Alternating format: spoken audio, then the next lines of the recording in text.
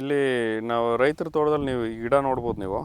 So ಇದು ಸೊರಗು ರೋಗ. ಇದು ಕನ್ನಡದಲ್ಲಿ ನಾವು ಸೊರಗು ರೋಗ ಅಂತ ಕರಿತೀವಿ, ಇಂಗ್ಲೀಷಲ್ಲಿ ನಾವು ವಿಲ್ಟ್ ಅಂತ ಕರಿತೀವಿ ಇದನ್ನು. ಇದು ಒಂದು 3-4 ರೀಸನಿಂದ ನಮಗೆ ಇದು ಬರುತ್ತೆ. ಒಂದು ಸೆರಟೋಸಿಸ್ಟಿಸಿಂದ ಬರುತ್ತೆ, ಮತ್ತು ಫಿಜೇರಿಯಮಿಂದ ಬರುತ್ತೆ, ಮತ್ತು ತಿರುಗಿ ಬ್ಯಾಕ್ಟೀರಿಯಲ್ ವಿಲ್ಟ್ ಕೂಡ ಬರುತ್ತೆ, ಮತ್ತು ಮೈಕ್ರೋಫ್ಯಾಮಿನಾ ಅಂತ ಇನ್ನೊಂದು ಫಂಗಸ್ಸಿಂದ ಅದರಿಂದ ಕೂಡ ಬರುತ್ತೆ. ಸೊ ಇವತ್ತು ಈ ಗಿಡದಲ್ಲಿ ನಾವು ನೋಡ್ತಾ ಇರೋದು, ಇದು ಮುಖ್ಯವಾಗಿ ನನಗೆ ಅನಿಸ್ತಾ ಇರೋದೇನೆಂದರೆ ಸೆಕೆಂಡ್ರಿ ಇನ್ಫೆಕ್ಷನ್. ಪ್ರೂನಿಂಗ್ ಆದಾಗ ಸೊ ಇನ್ಫೆಕ್ಷನ್ ಎಂಟ್ರಿ ಆಗಿದೆ ಗಿಡಕ್ಕೆ, ಅಲ್ಲಿಂದ ನಮಗೆ ಈ ಗಿಡ ವಿಲ್ಟ್ ಸ್ಟಾರ್ಟ್ ಆಗಿದೆ. ಅದನ್ನು ನೀವು ಗಮನಿಸ್ಬೋದು ಇಲ್ಲಿ. ಸೊ ಇದನ್ನು ಐಡೆಂಟಿಫಿಕೇಷನ್ ಯಾವ ಥರ ಮಾಡ್ಬೋದಪ್ಪ ಅಂತಂದರೆ, ಫಿಜೇರಿಯಮ್ ವಿಲ್ಟು ನೀವು ಸ್ಟೆಮ್ಮನ್ನು ಸ್ಟೆಮ್ ಮೇಲೆ ಬ್ಲ್ಯಾಕ್ ಕಲರ್ ಡಿಸ್ಕಲರೇಷನ್ ಕಾಣುತ್ತೆ. ಇಲ್ಲಿ ನೋಡ್ಬೋದು ನೀವು, ಕಪ್ಪಾಗಿರ್ತಕ್ಕಂಥ ಪೋರ್ಷನ್ಸ್ ನೋಡ್ಬೋದು ನೀವು ಸ್ಟೆಮ್ ಮೇಲೆ.